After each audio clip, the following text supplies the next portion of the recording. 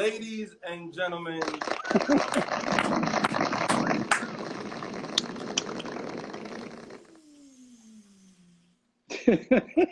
welcome, my brother, big homie. What's Welcome good, bro? to FRTV, Flex Rated TV, my brother. What's popping? King Flexxa. What's up, bro?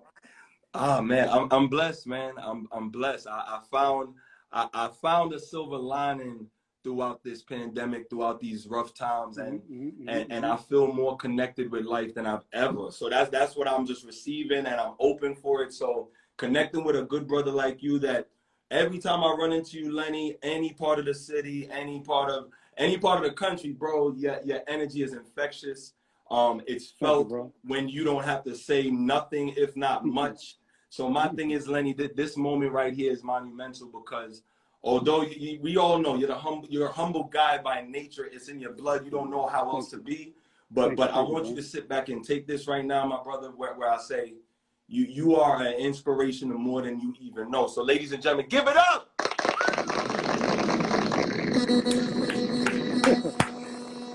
Thank you. And before we even begin though, I wanna return that because I know I don't know you long, but I know you know a lot of my brothers, and the energy is always the same. You know what I'm saying? I told you I wasn't doing a bunch of these, but for anybody that I really rock with or that I feel good energy from, and every time I'm in your city, you bless me. Every time I see you out and about, you're the same way. So I appreciate that, man. I'm a big energy person. So it don't gotta be 20 years. It could be 20 weeks, 20 months, but you know what I'm saying? If the energy's right and it's all respect and it's all, you know what I'm saying, honor on both sides is love. So thank you. No, thank you. Thank you so much for that, my brother. I take that to heart. So, and that's a perfect segue because to get things started, what do you attribute that to? Like, let's go back to your childhood for a second, because just to learn Lenny S, Bronx, New York, just for a second of what do you attribute to the style that you have come to be as a man in society? What were you as a kid, or were you different? Meaning, were you actually like an extrovert and then it switched at one point? Can you walk us through that, and then we'll get to the current? Big up to Glenn, by the way. Carver, you gotta chill out. You know what it is, Joe? Where the humbleness comes from. I mean, I just been like this all my life, pretty much. But I'm saying, like, in the beginning in the music industry, sometimes I wasn't treated the greatest, right? And which is fine. You know what I'm saying? I didn't expect to come in the door being treated with, you know what I'm saying, roll out red carpet and being treated with respect. I had to pay my dues and earn my dues. But I just feel like those things are just normal and regular. Like, I really feel like people sometimes think, oh, you got to pay your dues. You got to be shitted on. You got to be treated like dirt. You got to be, you know what I mean? And I feel like I used to go see people in meetings, people I knew for like a little while, and I would wait for hours. And then they tell me that they still couldn't meet me. And then, like, those things, I mean, it may sound silly, but I got curved a lot. I got played a lot. And I told myself, if I get on, or if I get in a position where I can put people on, where I can meet with people, where I can help people connect the dots, I'm going to do the opposite. I ain't going to treat nobody weird. I ain't going to treat nobody with some kind of way because I'm at a certain level that I think that they not. So I took all that weird shit and threw it out the window. And that's why I try to remain as 100% humble and just like normal as possible. I am normal. So, and just treat you like you would treat me. You know what I'm saying? No, I love that. And that's what really speaks to your longevity, not just in your professional, because you can do like you work, like your work ethic is like none other, no matter too big or too small. You don't gauge or measure work by that. You just say what needs to be done and let's get to it. And I feel like people that interact with you from back then even to now, like whether it's old friends, new friends, the universal thing when we get around Lenny S is something gotta be done, or we should be churning. There's no pause. It's actually come around. By the way, big up to Fadia, Sean Brown, Rich Kleiman. Sorry, a lot of good people. No. Please. But it's come around. Some of the people that, you know, kind of curved me or dissed me back in the day, 10, 15 years later, they had to meet with me. And they probably thought I might have expected to treat them weird or treat them like they treated me, and I didn't. And I treated them with probably more respect. And I did what they needed, or at least tried. You know what I'm saying? So I just don't play those games. You know what I'm saying? Man, like that. Timberland, what up? Yeah, that's a true. Like this is, you know, and Lenny, please feel free to shout out whoever, whenever, because No, the thing I don't want is, to interrupt you. I just, you know what I mean? no, It's I love it. it's a I lot love of it. love And in the building. I know that. Please and please acknowledge that, because my brother, I know that you're a man of I don't like the cliche of mystery man, because it seems a little, but you are a man of actions speak louder than words. Your work is gonna do the talking for you and leaving your legacy. So my brother, like coming from being, I'm talking street team of street team, like that. What about that work ethic? And I love how we doing this, because you're helping me go back to your past, but always relating it to today. You're a man. You're a man. You're a genius, man. Give it up for Lenny S one more time. Yeah. What's the question? What's the question? My brother. So what do you attribute that to? Meaning where no matter what or who, you don't gauge by person, color, or social bias. You don't have a bias.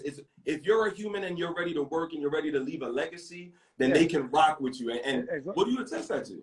As long as you're willing to put in the work. And I attest that to the people, how they treated me like that. You know what I mean? How Jay treated me. Like my man Timbaland's in here. Timbaland, Pharrell, all these guys that Jay would work with that were way beyond my level. You know what I'm saying? Big John, all the big producers, the big publishers, the big lawyers, all of these people, you know, that I worked with through working with Jay and working with Rockefeller and Rock Nation and stuff. They treated me with the utmost respect, and they treated me, you know what I'm saying, like as if I was on the same level as Jay, knowing I'm not. And I just was like, wow, you know what I'm saying? If they could, so that just helped on top of how what I learned, what I went through. It just helped me like really want to just treat people and do right by people. And it's one, and I know that sometimes it putting it in words is one thing, but for you, like it always just shows, and it's just felt. There's certain things in this world that you can't really put a finger on, but one thing that we can always say is, how did that person make me feel? So it's Lenny, not about what you do for people, it's about how you make them feel. How you make them feel, like that, like, and it's really true. It's not even a cliche quote, Lenny, because when you think about it, oh damn, what Lenny told me in Chicago, all I know is it got me going, it got me, maybe I might forget the wording, but Lenny, your art to being yourself is masterful, bro, because you're not trying to be anything that a book says, one of these books that tell you how to live your life or whatnot. I feel like you're a man that applies and goes. So what is it in your life that you apply, that you continue to draw inspiration from, whether people, places, things, vacationing? I see that you're back in the gym. Yo, give it up, my brother. Sweat it out, Lenny.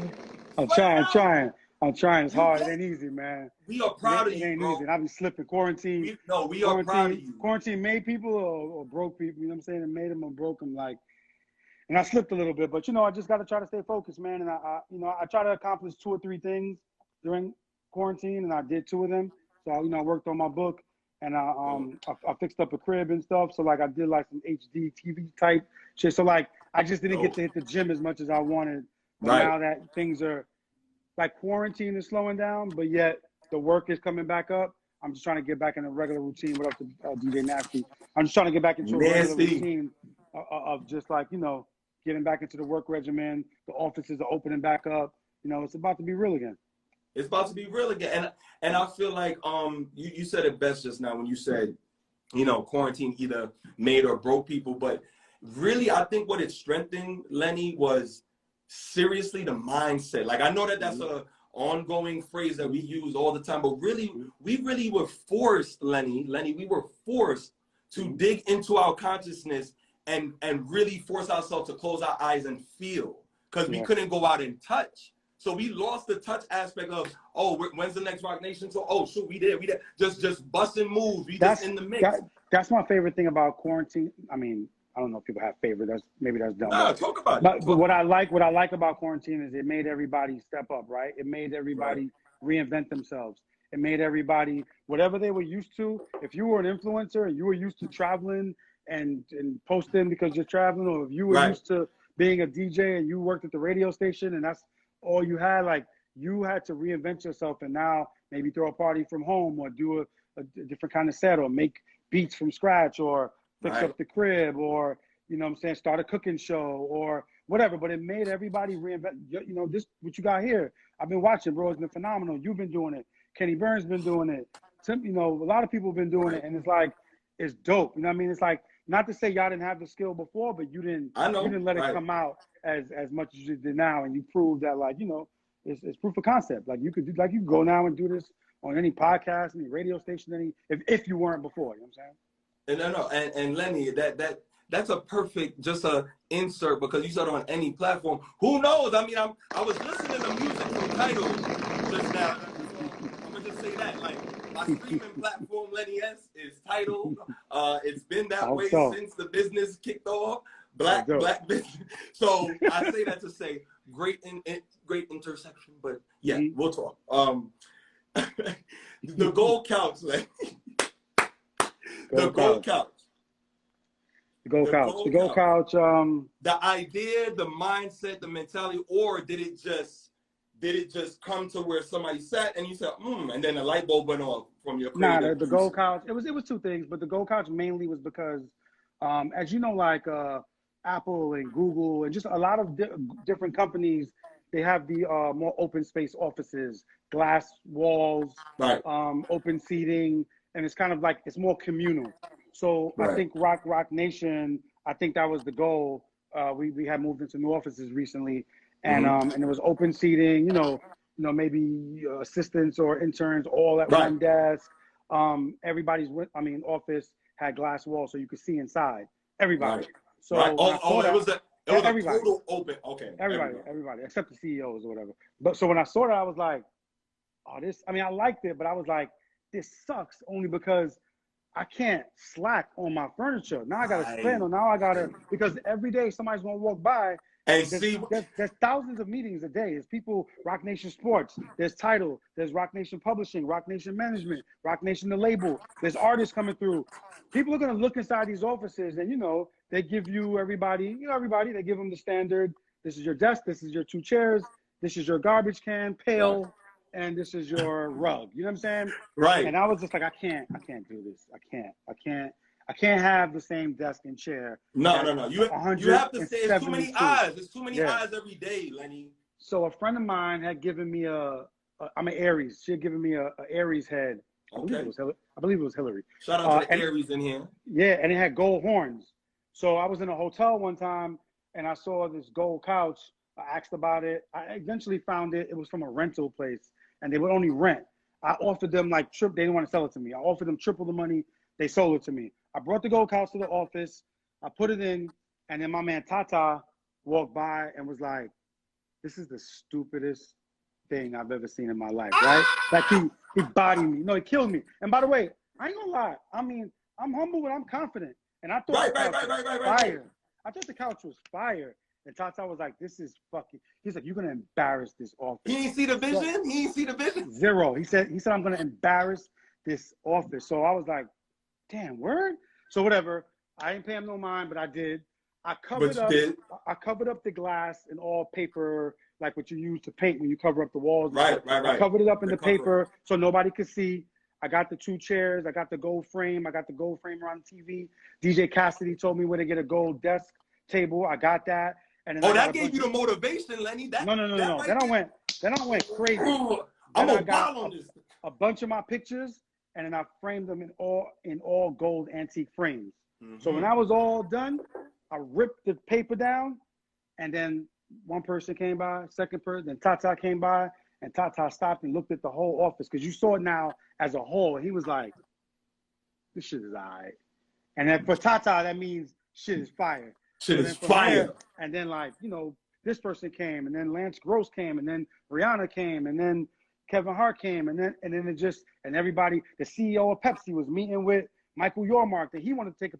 It's like it didn't matter if you were an athlete, actor, a barber, a director, an artist. They wanted to come. They wanted to come in the gold couch. It became Lenny. I think it's safe to say, my brother, that couch became a landmark. It's in New York, but it became, I'm visiting New York for the weekend. I'm gonna go to blah blah blah. Yeah. I gotta visit Lenny because of the gold couch. Ladies and gentlemen, give it up for the gold couch. Give it up for the gold couch. And then I knew it was real when like I took the gold couch somewhere, and my man in Cleveland did a art show, and then I took it there, and then Revolt did a conference in Atlanta and in LA. I mean Atlanta and LA, and then they were the most visited setups. You know what I'm saying? Wow. At Revolt in LA, the gold couch was the most visited, setup that they had. And they had a whole bunch of them. Section. Yeah. Wow. Yeah, wow. People online. And it's and it was really for the. It's not just for the picture for the gram, but it's more so like, yo, girl, I ended up, or yo, bro, I ended up on the couch. You ain't, and it becomes almost like a fun banter amongst celebrities and people of influence, and it becomes like, you ain't make it to the joint. So any memorable joints? I mean, you name some. Who kicked off the couch? Do you remember who kicked off the first picture with the couch? Like legit. It was like one of them was like Rihanna, honestly. She came, it was super early. It's not a bad kickoff. Yeah, she came down, she laid on it. She laid out, it was brand new. Oh, she took pictures. Yeah. Let's get one time for Rihanna. Let's get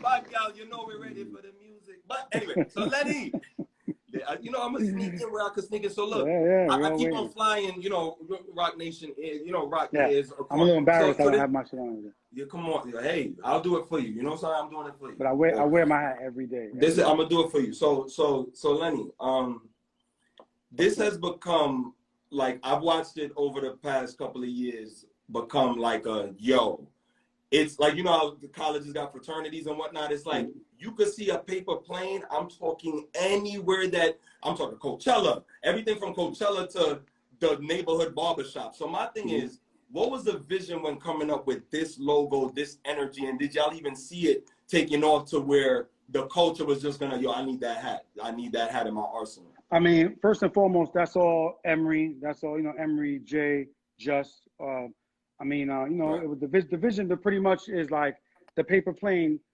You know how a little kid makes a paper plane and then throws it, like he's just watching and hoping it to fly. You know what I'm saying? And the paper plane teaches us to imagine. You know what I'm saying? It's literally like putting your dream, putting your aspirations, putting everything in there and just hoping that it goes, obviously working towards it. You're even working towards it when you build it. You know what I'm saying? So it really, it teaches us to imagine. And that's what it is, man. We guys who came from nothing. Everybody on this team, damn near, came from nothing. You know what I'm saying? And created everything and made their own way and did it their way. And you know what I'm saying? And that's kind of like a model that we live by, you know what I'm saying? And the logo. If you have a Rock Nation hat, put the cap emoji in the comments. Give it up for, to be honest, I didn't wear it the whole time because I'm with what I was with at the time. But my thing was, I was like, that movement is so strong. And it's family too, it just makes it's nothing but positivity that come from this hat. So by the way, I'm putting it on to say, bro, the culture impact of it's bigger than just the thread and the logo. It's like people feel a part of that story. I think that y'all are telling a story every day that somebody puts on a hat. I've literally wore that hat almost every day since it came out. The only hat the only hat I've worn more is probably New York Yankee. Right, the Yankee blue. That's it. I probably made the the Yankee fit more popular than the Yankee. Oh, my bad. What up to Omar and DJ Efeezy? My man Vito. Yeah, sorry. Yeah. No. But it's perfect because right now we on the block, bro. We are literally on the block, and it's a journey that we're going through, and I love it. So we're going from the hat now to the brunch. Ladies and gentlemen, if you ever been to the Rock Nation brunch, let's have one. Let's have one. Unruly. Here goes, my man Fathom asked, where did I get this one from? By the way, my man Glenn Hodge, he had to pass me one. I never got one. I never received. So this was my first one, so I got one. I mean, it wasn't blessed by the hands of the Kodak lens, but we'll get there. We'll get there. I got you. We're gonna get there. The Rock Nation brunch, my brother. Like when I tell you, let me preface this with this, Lenny. I've never been, and guess what? Watch this. I still every year watching it on the gram and all the networks and all the outlets. I'm so fulfilled just from the fit, the energy, the toast. like that I feel like I'm there. So guess what? Give it up for me because I made it to the Rock Nation brunch virtually. If you ever been to the Rock Nation brunch virtually, by the way, put a DJ, champagne glass or something. Talk to us, DJ Lenny. DJ Efeezy said it best. He was like, "That shit is like trying to get into the White House." But tell us not now, but not now. Let's make that clear, ladies and gentlemen. Not nobody at wants this to go to the present White House. time, but hopefully in the future, and definitely the guy before this guy. But but the brunch is dope, man. The brunch signifies. I don't think a lot of people know what it really is. They look at it as kind of like a lit situation and just like something where a bunch of celebrities go and look for a photo op, and it's really not that. The brunch was created and stands for like really just networking. I know it sounds simple and maybe even a little silly. It's really designed for Rock Nation to do a brunch and to break bread and eat and drink with all of the people that we're in business with. So if Flex, let's just say you are a producer or you are a, host of a show, and you've had 50 of our artists on your show and you always show love. You are a part of an extension of Rock Nation who does business with Rock Nation and shows Rock Nation love. And that's what the brunch is for the most part intended for. It is a networking Grammy brunch where you can come and we talk and break bread and talk about past business and new business. So it's really more so for the CEO of, whomever, Google, whatever. No, I saw owner of the Patriots that was there. It's really for people who do business, like a Michael Rubin, who does a lot of business with us with, prison reform and works with Meek Mill, works with Desiree, works with Jay. You know what I'm saying? It's more for people we're in business with than it is like, yo, I'm trying to go to kick it. It's not really designed for that. But No, yo, I get it. Now see the people in here, I like to network. Like people like I like but guess what? We'll get there. Look, but Lenny, Ashley, chill. So Rock Nation, bro, you guys what's happening, Lenny? And you guys are trailblazing different monuments of the culture, meaning y'all are creating things not for trend setting. Oh, it was last year and they're not gonna continue. Y'all are really creating legendary mantras almost. It's really the most important thing of that weekend, besides probably like the Clive Davis dinner, or besides the actual Grammys. But I'm talking about events. You know what I'm saying? Right. But yeah, sorry. No. That's you keeping the ping pong ball going. Oh, that's perfect. That I get. People look forward to the Grammy. I get it. But it's something about that. I'm talking from a virtual standpoint, Lenny. So I'm talking, take it. You've been to Europe. That's your thing. Like bro, it's like, wow. It's just so much Black excellence, bro. Like it's really, truly, really like I've seen. Let me put this on record that I've seen people that ain't the best of friends that just shooting the breeze and having a good.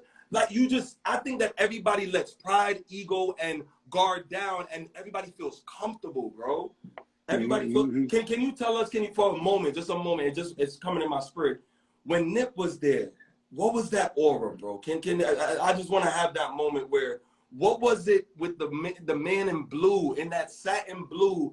That picture is probably the most iconic picture from the brunch at this point. I think I'm gonna go on record to say it. Can you tell us what that man's aura was at this brunch, bro? Yeah, man, it's hard to you know what I mean?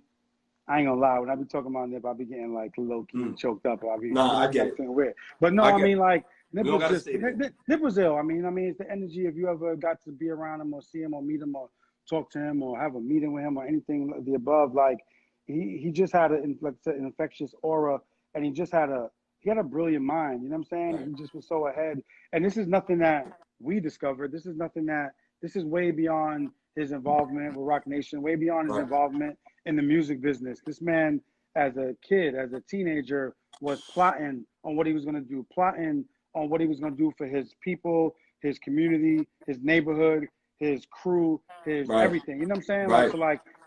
That all started way before. So I could just say I'm blessed and honored to have been a friend of his that actually got to see it come to fruition and see him keep building on it and see him to keep, you know what I'm saying, adding on top of what vision he had from a decade or 15 years prior. But him, his all in, you know what I'm saying, all in crew. I mean, the marathon crew. I mean, Sam, like just everybody, bro. Like Steve-O, you know what I mean? Like they just all that was a team that was and is unstoppable. You know what I'm saying? Right. Obviously, the marathon continues. The legacy is going, and I was just blessed enough, man, to be around them a bunch of times and kick it with them and take probably some of the best pictures I've ever taken in my life. Especially being the one, obviously, a week or so, a few days before he passed, of him in the blue with the blue Cadillac, and hands down, one of my favorite pictures I've ever taken in my life. But Nip was just, man, he was just like just a great, good, genuine dude. And remembering that day, bro, it was like we was on a break. We were shooting a Khaled video, and we was on a break. And often when I would be around Nip, he knew how much I wanted to take pictures and shit. And it's funny because Jay would do this sometimes too. You know what I mean? I thought it was really, really ill that both of them had that kind of like that same trait. And so we sitting there, we on break. It's a 10-minute break, really quick, in between shots. And I'm looking at the blue car, the Cadillac joint, the drop top, and he's looking at it. And then he looked at me, and then he was like, "You want that shit, right? You want that shot?" Like he almost, you know what I mean? It clicked. And he did that before. He did that at the last Rock Nation brunch when I took the picture of him and Lauren. Right. I was like, Lauren, I need you right now. I need y'all to come. Like other places that we've been, he'll be looking around and be like, "You want that?" Like almost like he saw the vision I saw and was like, "I know you want to capture that image." And bro, we walked over to that blue car, bro. Man, I took like maybe 4 or 5 shots, and I knew I had it. I was like, I got it. He was like, "You sure that's it?" I was like, "Nip, I got it." And he was like, "Bet." He was like, "Bet." And that happened so many times. So God bless him, man. God bless his family, his kids, and everybody, man. He was truly a blessing to everything in our culture, community, and in life, period. And Lenny, for you, I think I speak for everybody in here and anybody that's gonna see this, that I wanna give you your flowers with that, because you let us into a very sensitive spot, a treasure chest that you hold very dear to you. So for you to be vulnerable, I want to give it up for you one time.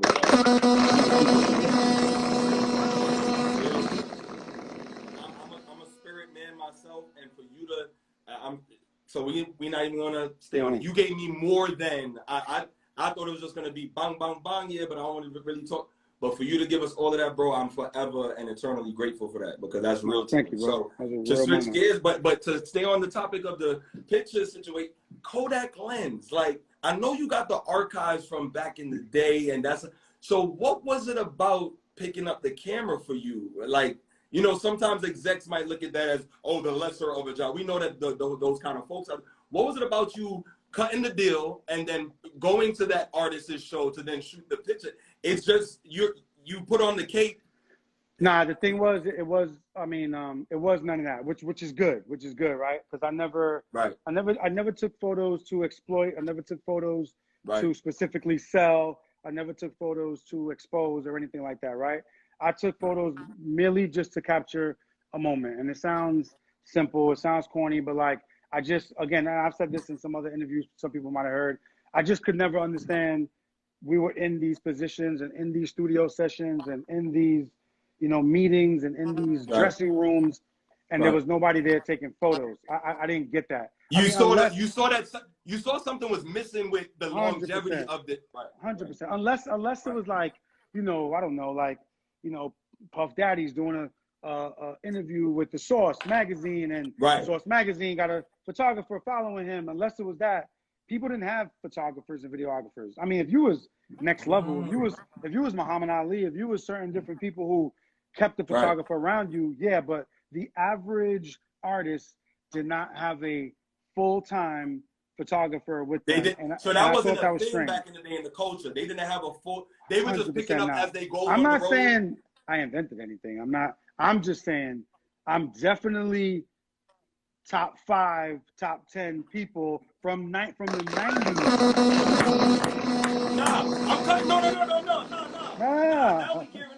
I'm just saying to think nobody who's really doing this, I'm gonna do it. People took pictures. There were photographers. There were legendary photographers. There was Ernie. There was a bunch of. But I'm saying, like, they were more like at events, red carpets. I didn't do that, and those are great. That wasn't my thing. I worked in the music business. I work in the music business. Right. I'm not gonna be on a red carpet because that's not my thing, and I'm not a photographer. I'm an executive. I'm an executive with a camera who's just holding a camera and just like, I could A&R and take pictures. It's possible. I could find a beat and take a fucking picture. I could manage an artist and take a picture. I can, you know what I'm saying, do whatever I need to do in the music business. And while I'm there, we could shoot a video and I could take some shots. So that's all I was doing. A lot of people, you know, come on to me through social media. So they just think, oh, he's a photographer. Kodak Lens is like, no. I wish I did this for a living. I wish. I think it's safe. I think Lenny, I think it's safe to give you because you just talk all of that, and you are the universal unicorn, ladies and gentlemen. The universal. Stop, bro. Lenny,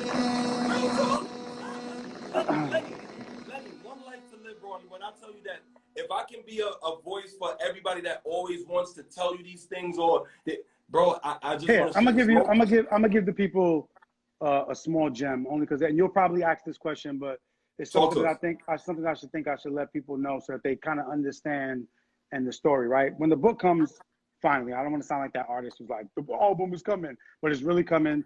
Top 2021, spring 2021, that's for sure. But the reason of the photos is the same reason I used to cut hair. It's the same reason I used to DJ. It's the same reason I used to film. So like when I wanted to go on tour, I couldn't go on tour. Why? Because I was an A&R. There was no reason an A&R should be going on tour with artists. Because what am I doing? If you're not making an album on the road, you shouldn't be on tour. But I wanted to go on tour. I wanted to go and feel and see the fruits of my labor, of the albums I worked on, and see them. But there was no reason for me to go. So a brilliant, great friend of mine, Shaka Pilgrim, who's like long-term rock fam, you know, rock alumni.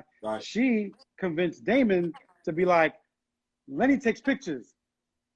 Let him go on tour and take pictures. He's already getting paid on salary instead of you paying somebody else, because they were going to hire a photographer.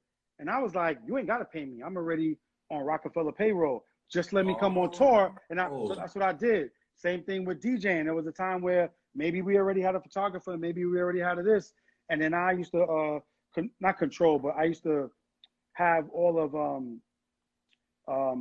Jay's music and stuff in like a machine that we use like DJing and stuff. So it was like, yo, they got a photographer already and they got a road manager already and they got this. I was like, I'll DJ. And then I DJ for Jay for 3-4 years. A lot of people don't know that. Wait. Can we put a pin right there for Lenny S? Stop. No. This is somebody tell me that y'all knew that. It was, I mean, a lot of people don't know that. It was by mistake. The first show was by mistake. The DJ who we had which was phenomenal.